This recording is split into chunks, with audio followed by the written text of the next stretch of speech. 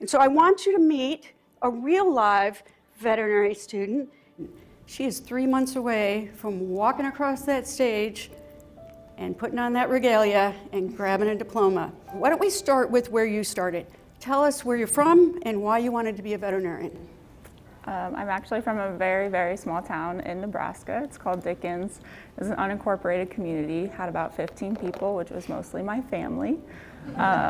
So what made me want to pursue VetMed is, well, I grew up on a farm, so I was always around animals, but the main thing was I saw the lack of veterinary care that's present in rural Nebraska, most specifically the lack of specialty care that you can find where I'm from, and so that really just pushed me towards wanting to become a vet. So Shanice's path is not like any other student that we have.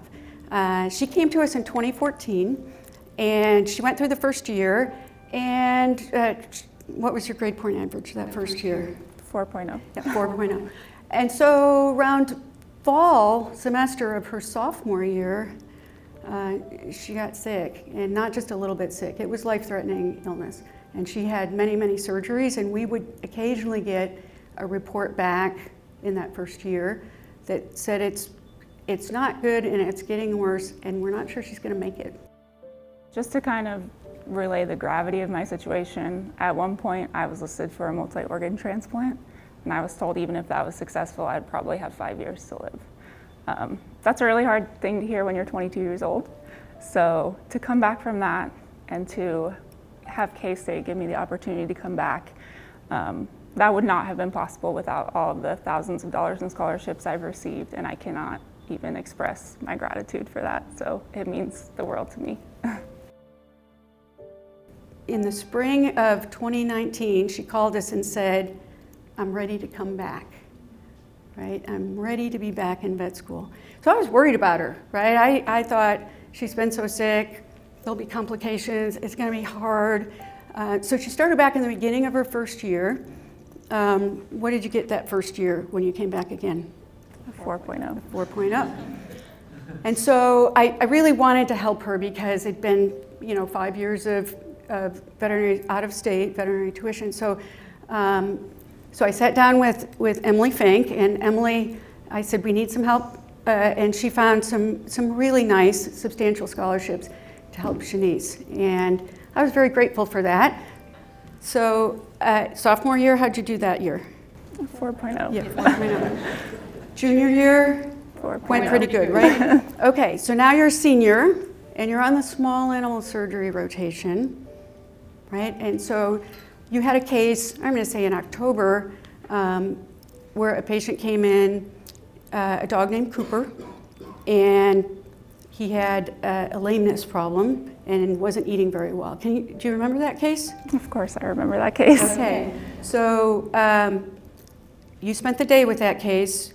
Remember, lameness, not eating well, you're on surgery. What was the final diagnosis in that case? It was hemangiosarcoma. So hemangiosarcoma, that's cancer. Tell us about the prognosis for hemangiosarcoma. It's not great. Okay. Grave? Grave. Grave. Disseminated? Yes. Yes. Yep. So you'd probably spent 3 or 4 hours with this owner who expected to get some maybe pain medication or something like that, and instead you had to deliver the worst news possible, right? Correct. Yeah. So that owner came to me, maybe you don't know this, but that owner came to me the next day and said, I can't tell you how great this student was. Attention to detail, efficiency, compassion, empathy. I could not be more grateful for this particular student today. Can you tell us who the owner was? It was Emily Fink.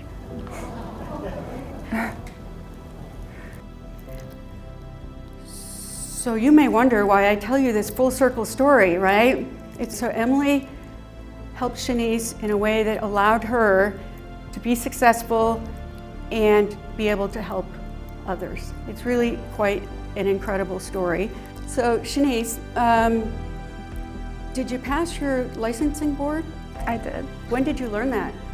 It was, I think, a week ago. Probably a week ago. Yeah.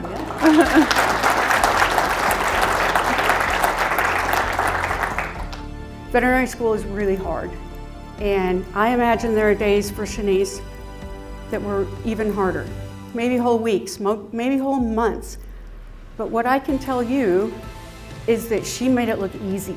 Not once did she say, I need a day off, I'm gonna miss a test, I need extra time. Not one time did she say that. But Shanice is the tip of the spear. So Shanice, can you tell us what that says up there on that slide? Lou and Norma Jane Ball Scholarship, criteria, top 10% of the senior class, interest in small animal specialty training. Hey, keep looking at the slide, it's gonna change. Award amount, $50,000.